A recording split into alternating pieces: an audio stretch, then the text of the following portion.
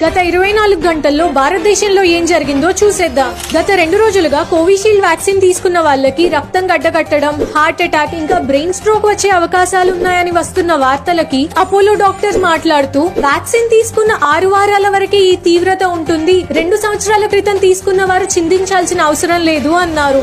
India ప్రపంచానికి super power అవడానికి ప్రయత్నిస్తుంది, కానీ మనం మాత్రం అడుక్కునే పరిస్థితిలోనే ఉన్నామని పాకిస్తాన్ లీడర్ అసెంబ్లీలో అన్నారు.